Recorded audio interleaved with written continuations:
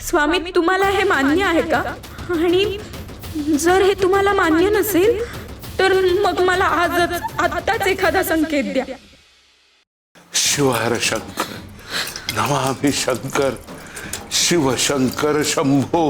हे गिरिजापती भवानी शंकर शिव शंकर शंभो.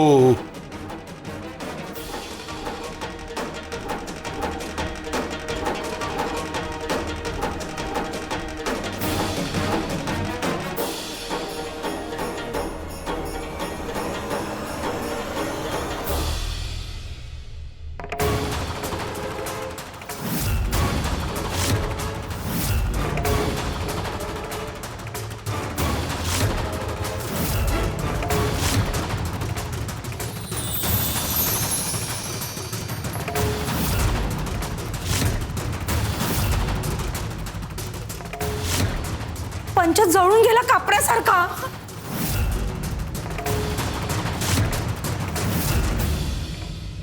बापरे, स्वामींच्या अंगात केवढी उष्णता निर्माण झाली आहे. स्वामी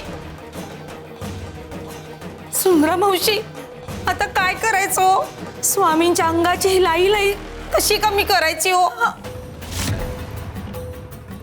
स्वामींना होणारा त्रास आपण कसा थांबवायचा? नाही नाही नाही, असं हातावर हात धरून आपण बसू शकत नाही. काहीतरी करायला हवं सुंदरा मावशी, काहीतरी करायला हवं. एक उपाय आहे. काय काय? चंदनाचा लेप. चंदन शीतल असतं. कदाचित चंदनाचा लेप लावल्यावर स्वामी देवांच्या शरीराचा दाह कमी होईल. बरोबर आहे, चंदनाचा लेप लावूया. अरे देवा, स्वामी देवांचं डोकं प्रचंड तापलंय, म्हणजे ठणकत असणार. असं करूया, त्यांच्या पायावरती आपण बेलपत्र आणि तुळशीपत्र वाहूयात. शंकराला प्रिय असलेली बेलपत्र आणि विष्णूला प्रिय असलेली तुळशीपत्र, मला वाटतं या दोन्हीमुळे त्यांच्या शरीराचा होणारा दाह कमी होईल. जिथे औषध अपुरं पडतं तिथे श्रद्धा आणि सेवा पुढे येतात. मी बेलपत्र घेऊन येतो. सुंदरा मावशी, मी तुळस आणते. मी चंदन घेऊन येते. सुंदरा मावशी, मी आलेच, तुम्ही थांबा इथे. जा.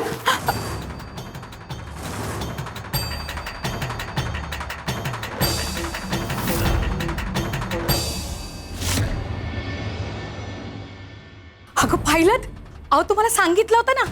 अहो माझा जावई नाहीये, मुलगाच आहे हा.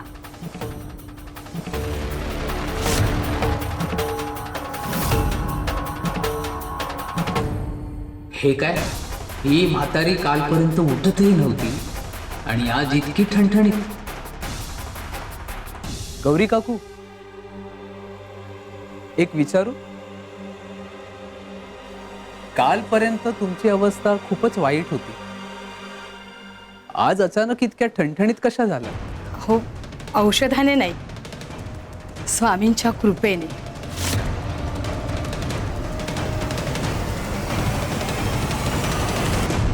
त्यांच्या चरणी डोकं ठेवलं आणि सगळ्या वेदना नाहीशा झाल्या.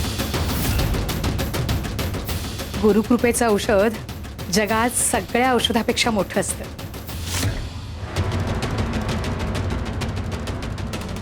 स्वामी हिला बरं करू शकतात म्हणजे हे लग्नही थांबवण्याची कृपा करू शकतात.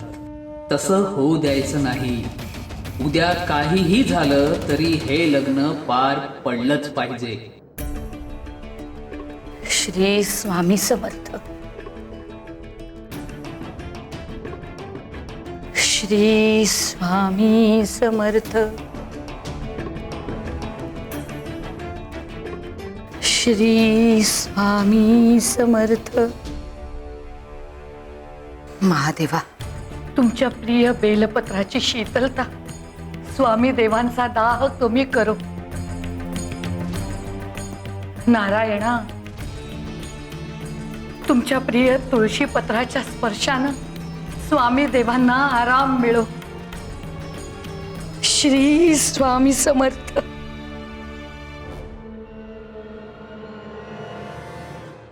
श्री स्वामी समर्थ. कविराज हे स्वामींना लावा. श्री स्वामी समर्थ. सुंदर मावशी श्री स्वामी समर्थ. हे चंदन लावा स्वामींना. श्री स्वामी समर्थ. श्री स्वामी समर्थ. श्री स्वामी समर्थ.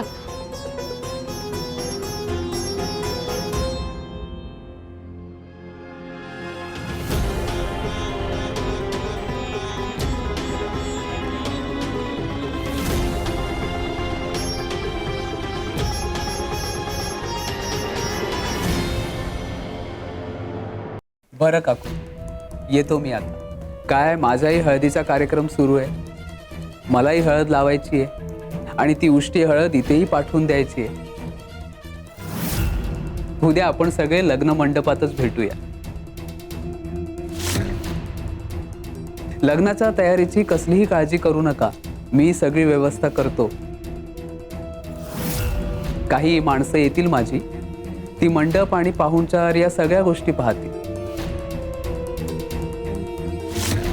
तुम्ही दोघी फक्त आनंदात राहायचं. आणि यमुना, उद्या छान तयार होऊन लग्न मंडपात उभं राहायचं. बाकी सगळी जबाबदारी माझी. देव तुमचं भलं करो जावई बापू. खरंच तुम्ही आज आमच्या डोक्यावरचं मोठं ओझं कमी केलं. स्वामी तुमच्यावर अशीच कृपा ठेव. तुमचे आशीर्वाद असतील तर सगळं काही ठीक होईल. श्री स्वामी समर्थ. श्री स्वामी समर्थ. श्री स्वामी समर्थ.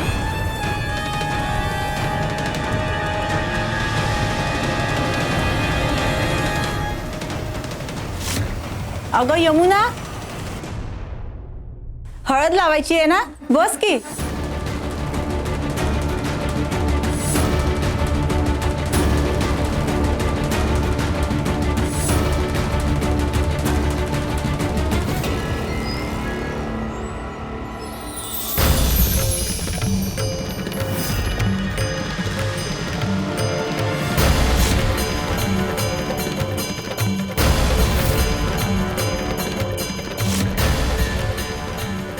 हे काय पाहिलं मी? सुधाकरच्या जागी धडा गेलेला असा. ह्याचा अर्थ काय? हा कसला संकेत आहे? स्वामी, जर हा तुमचा संकेत असेल तर त्याचा अर्थ मला वेळेवर समजू द्या. माझ्याकडून कोणतीही चूक होऊ देऊ नका.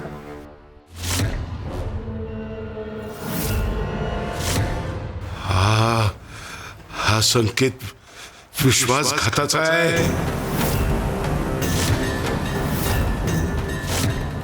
ज्यावर निसंशय विश्वास ठेवला, जर तोच विश्वासाला तडा देत असेल तर नियती आधीच संकेत देते.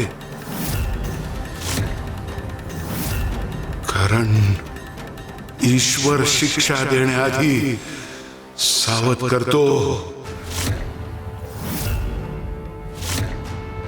गुरु संकट येण्यापूर्वी जागा करतो.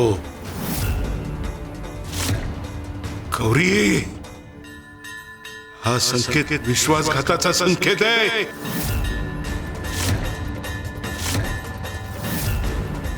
यमुनेच्या लग्नाच्या आधीच तुझ्या लक्षात यावं म्हणून हा संकेत दिलाय. हा संकेत तरी ओळख.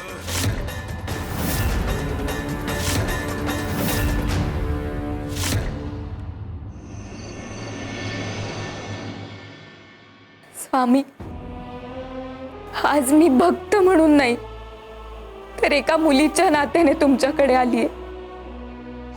तुम्ही माझ्या आईला बरं केलंत, पण ते फक्त माझ्या लग्नापुरतंच आहे का? माझी आई खरंच माझ्यापासून दूर जाणार आहे का? स्वामी मला माझी आई हवी आहे, फक्त आज नाही, उद्या नाही, आयुष्यभरासाठी हवी आहे. लहानपणापासूनच तिने मला हात धरून चालायला शिकवलं. प्रसंगी उपाशी राहिली, माझ्यासाठी कष्ट सोसले. स्वामी, आता मला तिची सेवा करायची आहे. मग आता तुम्हीच मला सांगा, मी तिचा हात कसा सोडू? स्वामी, माझ्या लग्नानंतर हे घर रिकामं होईल आणि माझी आई एकटी. हा विचारच मला सहन होत नाहीये स्वामी. स्वामी, माझं लग्न, माझा संसार, माझा आनंद यापैकी काहीच नकोय मला. जर त्यासाठी मला माझी आई गमवावी लागणार असेल तर. स्वामी, माझ्या आईचा मृत्यू टाळा, तिला कायमची बरी करा. ती फक्त लग्नापुरती नाही तर आयुष्यभर माझ्यासोबत राहिली पाहिजे. स्वामी, मला तिची सावली हवी आहे, तिचा आशीर्वाद हवाय, तिचा हात माझ्या डोक्यावर हवाय. स्वामी, तुम्ही माझ्याकडून काही घ्या, माझं सुख घ्या, माझा आनंद घ्या, पण फक्त माझ्या आईला माझ्यापासून दूर करू नका. आणि जर तिचा मृत्यू अटळ असेल तर मी तिच्याशिवाय जगणार नाही.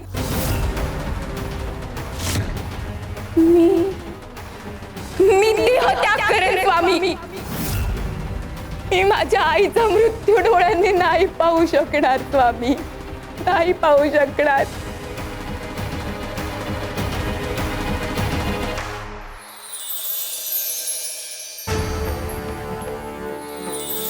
गौरी बाळा, स्वामी, तुम्ही आमची भक्त म्हणून तुझ्या आईसाठी जे जे करणं आम्हाला शक्य होतं ते सगळं आम्ही करत आहोत. तिच्या वेदना आम्ही स्वतःवर घेतल्या, तिला उभं केलं, तिची इच्छा पूर्ण व्हावी म्हणून प्रयत्न करतोय. पण राहिला प्रश्न मृत्यूचा, तर एक काम करशील? सांगा ना स्वामी, तुम्ही सांगाल ते करीन मी. गावात जा आणि प्रत्येक घराचा दरवाजा ठोठव आणि ज्या घरात आजपर्यंत एकही मृत्यू झाला नाही असं एक घर शोधून घे. फक्त एक असं घर तुला सापडलं तर आम्ही तुझ्या आईचं प्रारब्ध बघू. आईला वाचवायचंय. स्वामी, मी निघते.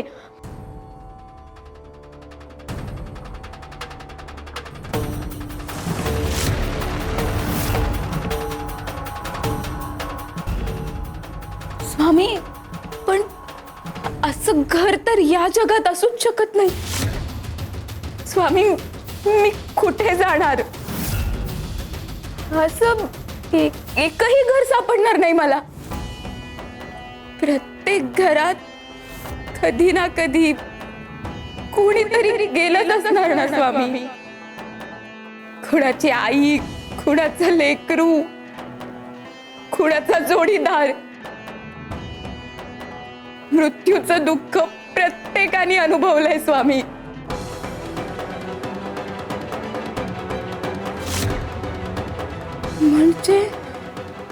म्हणजे माझ्याही वाट्याला हे दुःख येणार?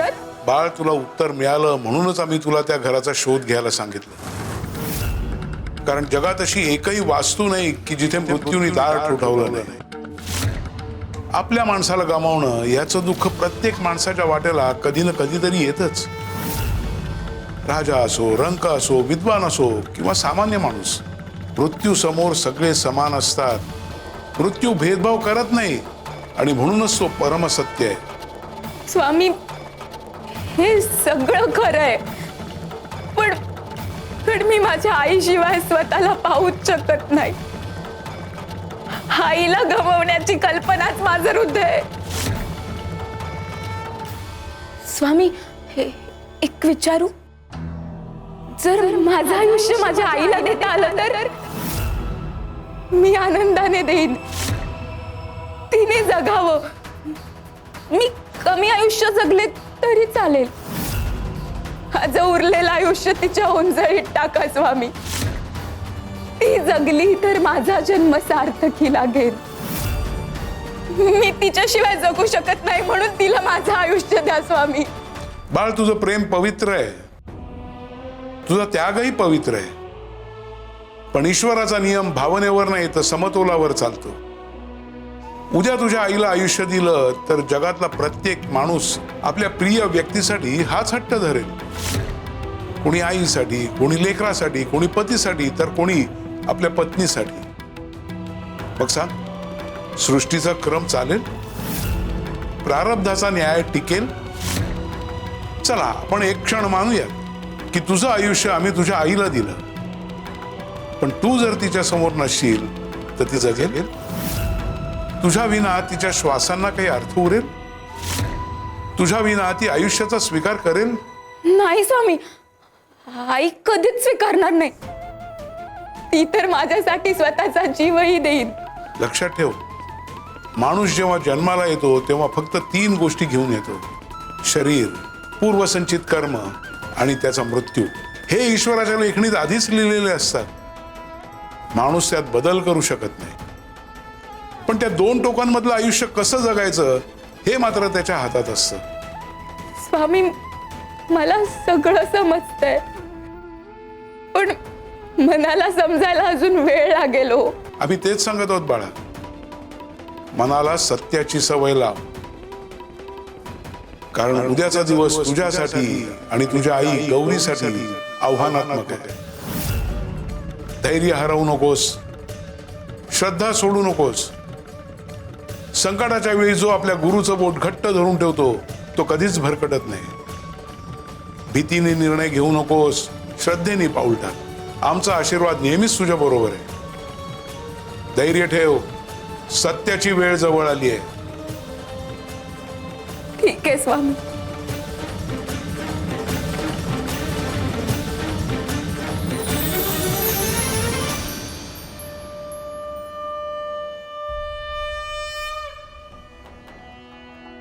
स्वामी, धैर्य द्या माझ्या आईलाही आणि मलाही.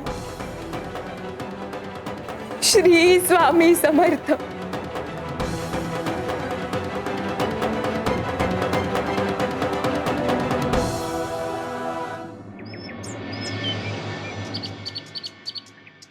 मुहूर्ताची वेळ झालेली आहे, नवरीला घेऊन या.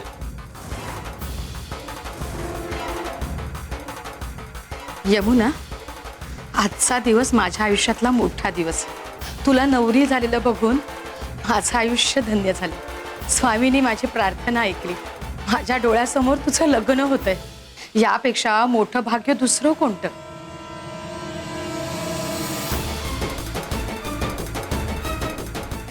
सुधाकरशी यमुनाचं लग्न न लावता वल्लभशी लाव.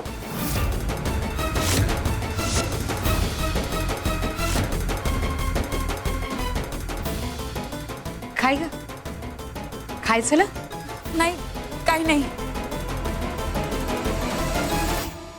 स्वामी, तुम्ही म्हणाला होतात ना की उद्याचा दिवस तुझ्यासाठी मोठा आव्हानात्मक आहे. खरंच आज प्रत्येक श्वास आव्हान झालाय. माझं मन त्यांच्याकडे धावतंय आणि माझी पावलं या बोहल्याकडे चालली आहेत. स्वामी, माझं रक्षण करा.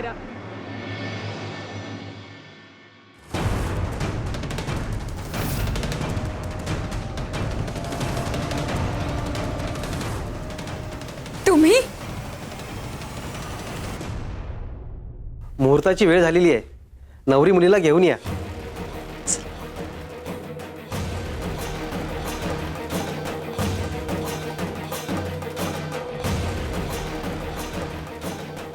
बोलल्यावर उभी राहा.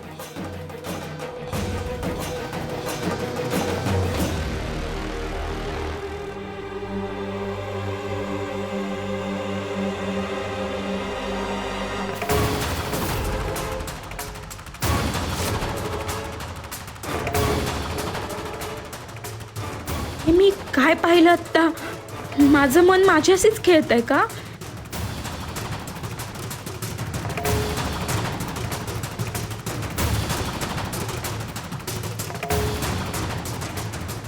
स्वामी, आता फक्त तुम्हीच काय तो मार्ग दाखवू शकता.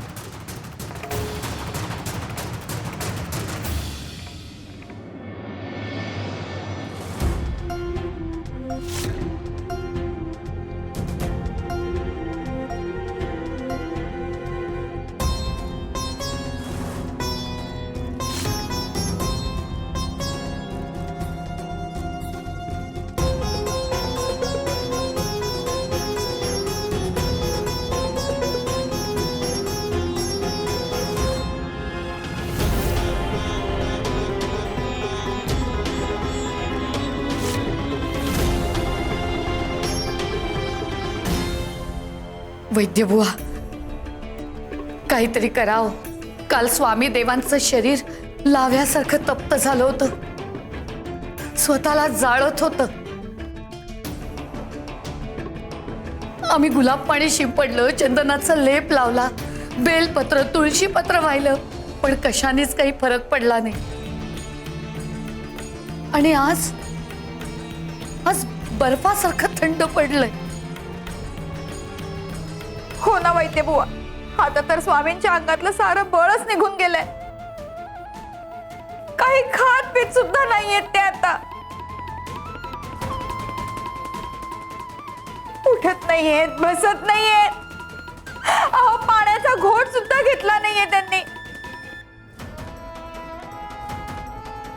वैद्यबुवा, आम्हाला ना स्वामींचा हा त्रास अजिबात बघवत नाहीये. काहीतरी करा हो, आमच्या स्वामींना बरं करा. स्वामींना बरं करा. वैद्यबुवा, काहीतरी उपाय सांगा हो. स्वामी देवांना असं पाहवत नाहीये. आता तुम्हीच काहीतरी करा.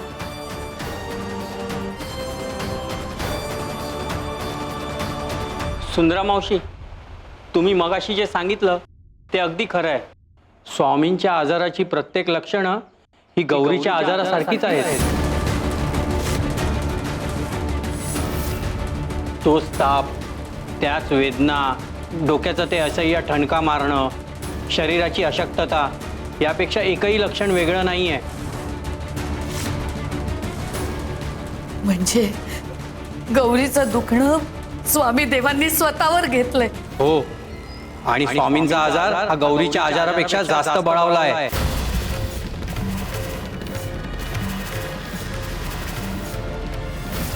आणि इतका बळावलाय की कुठल्याही क्षणी स्वामींच्या जीवाचं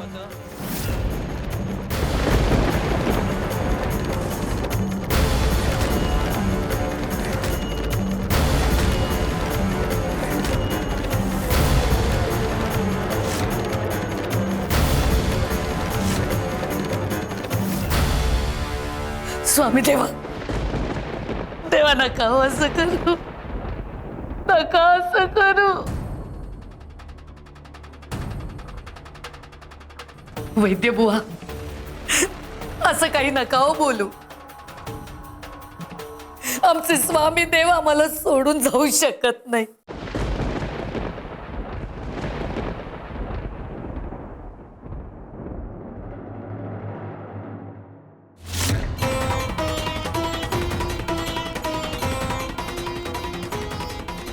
झालं, पहिला अडथळा दूर झाला. आता हे लग्न कुणीच थांबवू शकणार नाही. स्वामी, मी स्वतः तुम्हाला आमंत्रण दिलं होतं. माझ्या लेकीच्या लग्नाला नक्की या असं किती आग्रहाने सांगितलं होतं. मग तुम्ही अजून कसे आला नाहीत? माझ्या आयुष्यातला हा सगळ्यात मोठा दिवस आणि तुम्ही नाहीत. चला मंगलाष्टक सुरू करूया. स्वस्ती श्री गणनायकं गजमुखं मोरेश्वरम.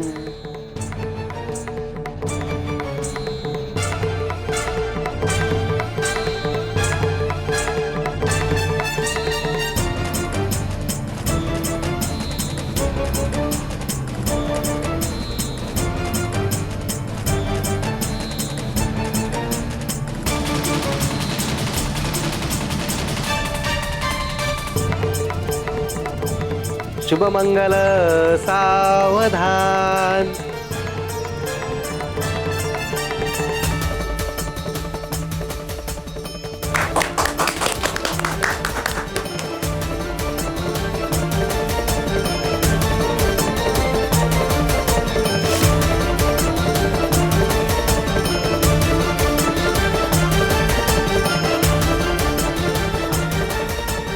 धन्य झालं आयुष्य आज. माझ्या लेकीचं मंगल कार्य माझ्या डोळ्यासमोर होतंय. स्वामी, तुमची कृपा अशीच राहू दे. आता सगळं संपलं. यापुढे मला कोणीही थांबू शकत नाही. स्वामी, हे खरंच तुमच्या इच्छेने घडतंय की ही माझ्या श्रद्धेची परीक्षा आहे? तुम्ही म्हणाला होतात ना की सत्याची वेळ जवळ आली. अहो, मग ती वेळ अजून का आली नाही? यमुना, स्वामींचं नाव घेऊन तुम्हाला मी एक शब्द देतो, तुमच्यावर मी अन्याय होऊ देणार नाही. सत्याला उशीर होऊ शकतो, पण त्याचा पराभव कधीच होत नाही. मी त्या सुधाकर विरुद्धचा पुरावा शोधून आणेन. तुमच्या आईसमोर सत्य उभं करेन. तिला पटवून देईन की सुधाकर ठग आहे.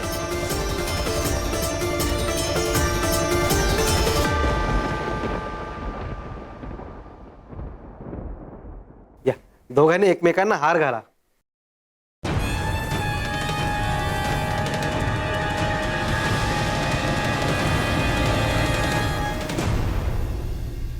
स्वामी, तुम्हाला हे मान्य आहे का? आणि जर हे तुम्हाला मान्य नसेल तर मग मला आत्ताच एखादा संकेत द्या.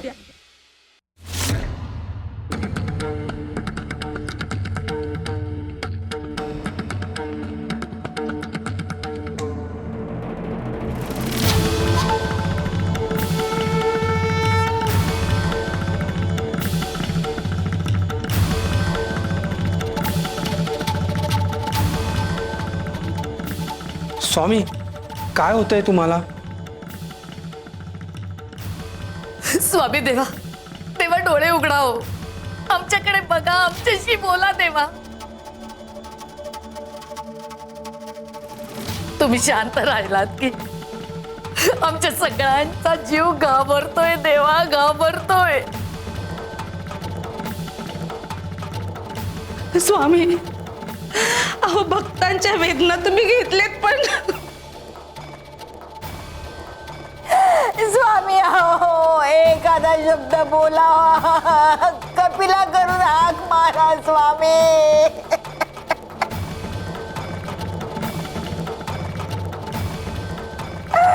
स्वामी धीर द्या, स्वामी धीर द्या.